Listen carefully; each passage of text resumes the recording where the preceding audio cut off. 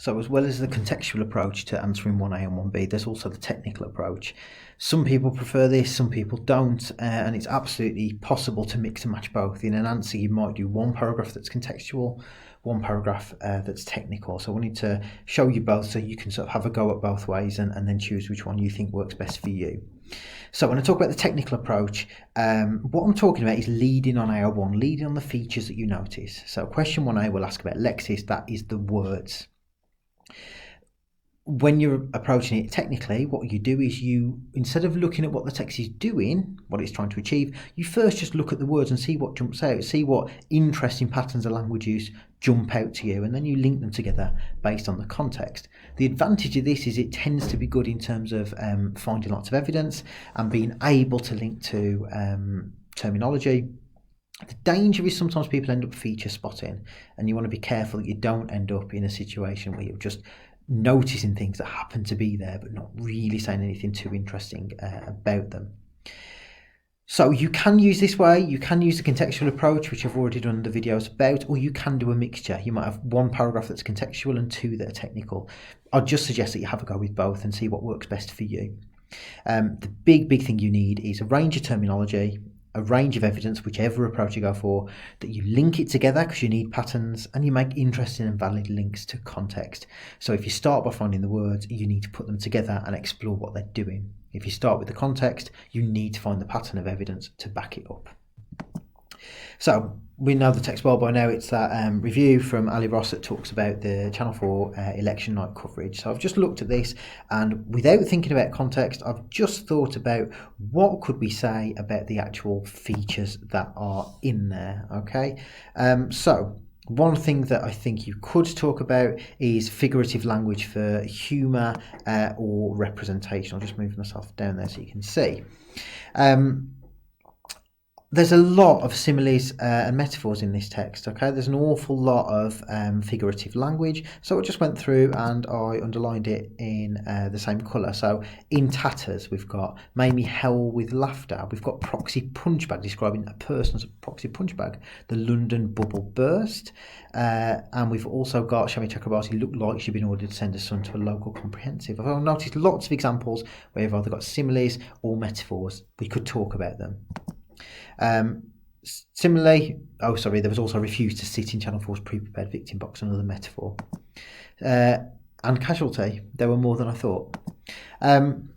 There's also adverbs used in quite an interesting way here, okay? So some of the adverbs that I noticed seem to really be intensifying the feeling. So we get please tell me you were, of course, aware, actually stupid. We get deeply condescending, actually cheered, okay? So we get lots of those words that seem to be having an impact. And also there's lots of register shifts. There's lots of low frequency Greek or Latin at lexis, so very formal, quite low register, high register, low frequency words that we don't see all that much. But equally, lots of deliberately quite simple lexis as well, lots of colloquialisms. So lefties, we get funny, Corbynistas, which are all quite informal, but we also get dilemma, we get jeopardy, so deliberately Greek, Latin at words that are much more formal, unbearable we get. But then also would have been, which is, the other way, deliberately informal. Got a result seems deliberately informal. Skewed, relatively formal way of describing their agenda. Again, another Latinate word there. Prejudices, again, Latinate. Condescending, again, Latinate. So lots and lots of words here that we're getting that are quite formal in what actually is relatively a fairly sort of informal text. It definitely is worth talking about. We also get those smacked arse, so deliberately informal words as well. The register's shifting a lot here. Civility, deliberately formal there. Okay, so I've got my three things that I've noticed. I know that they're about lexis because I just looked at what words were in there that were interesting, so I know I've got three patterns. So with this approach, once we've got the AO1, we need to then start adding the AO3. So as with the other videos, I've planned two, left the third one blank, and then I've actually written one. So there's one I've guided you through from looking at it to plan to writing. The second one I've planned but not written, so you could have a go at that. The third one I've left completely blank, so that's for you to use that evidence and see what you come up with. So, we know one technical pattern is that there's figurative language here, and it seems to be done for humour, for representation. The evidence that back that up, or we get violent metaphors, we get punch bag and casualty. So both words with violence there. You could perhaps talk about a semantic field there of violence. There's also that, I think you could get away with calling it zoomorphism. Howl with laughter. I think it's animalistic enough. You could get away with that. Talks about Nish Kumar's fantasies being in tatters. So, relatively violent imagery quite a few times. Those metaphors seem to be done to add a bit of violence to this text. But you also get the more positive side. You get the bubble burst, and therefore the working class gain some pride because they refuse to sit in their box, almost like this really proud protest. Shami Chakrabarti is compared to someone who has to mix with normal people. She looked like she'd been forced to send her son to the local comprehensive. So once I've found it, I've got the pattern of evidence. Well, what is it doing? Why is there this violent imagery? Well, I think he's trying to suggest that Channel 4 and the left are dangerous. They're animalistic. They're dangerous figures. And we were potential victims. And actually, Ross responded by howling with laughter because of how bad it almost was. So he's so relieved that he almost lost all sense of control. But there's also this sense of elevating the reader, particularly if the reader's working class. They're given pride because they refuse to sit down and look at Shami Chakrabarti. She's not one of you. I am. I think that's going on. So contextually, that's what we might say about it.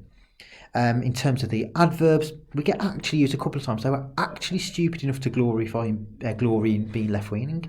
They actually cheered this, what he described as quite a tasteless joke. I was trying to sort of define, actually, I think it's quite tough. I'd possibly go with saying it's an adverb of manner or evaluation. What Ali Ross is doing here is he's adding his judgment, isn't he? He's adding his judgment that it's crazy that they would glory in being left wing. It's crazy that they'd cheer for this joke. He's shocked and he's stunned that they've reacted in that sort of way. We get others though. I was of course aware, another adverb of manner I'd class that as. I was of course aware of this. So, I'm a political person. Of course I know that they're biased. Catherine Riley, deeply condescending. Good adverb of degree there. She's not just condescending, she's deeply condescending. It positions him as powerful, that he knows his stuff, he knows all about Catherine Ryan, he's more powerful than her. But then another interesting adverb, we get, please tell me you were. He says, were you up for election night? Please tell me you were. It softens that imperative, please tell me. It puts us on a level again. He's empowering the reader. So, what's the effect? Well, he's an experienced commentator. He's saying, well, I was almost speechless at what I was seeing. I couldn't believe it. I've got wide experience, got wide knowledge. I know my stuff, but I couldn't believe it. But then, cleverly, the reader is also positioned as being an expert and being familiar, and they're on a level, and he can say please to us because we're on a level and we're friends. So, he's saying to us, you're equally clever, you're equally bright, you're equally experienced, so I know you'll come to the same conclusions as me. So, he's starting to position us in that way. Okay, so from a very different starting point, from looking at the technical stuff, I'm still getting here ideas that link evidence with terminology, with the effect and the context. So how might this look in a paragraph? Well, I've taken that first one about figurative language, and I'll just move myself back up so you can see it. So, figurative language is used by Ross in order to represent Channel 4 and the left as he wishes. So, we're back onto context, but we've done it from AO1, we've done it from the figurative language. So, violent metaphors such as Stanley Johnson being a punch bag and facts being a casualty present Channel 4 as a genuine threat, wishing to be cruel rather than simply make us laugh. Ross is presented as responding equally strongly with the zoomorphic metaphor, hell with laughter, implying he has been reduced to this level by Channel 4, and so we should be pleased to see their fantasies figuratively in tatters, sort of link those metaphors together to say, when you put them all together, what's the impact that it has?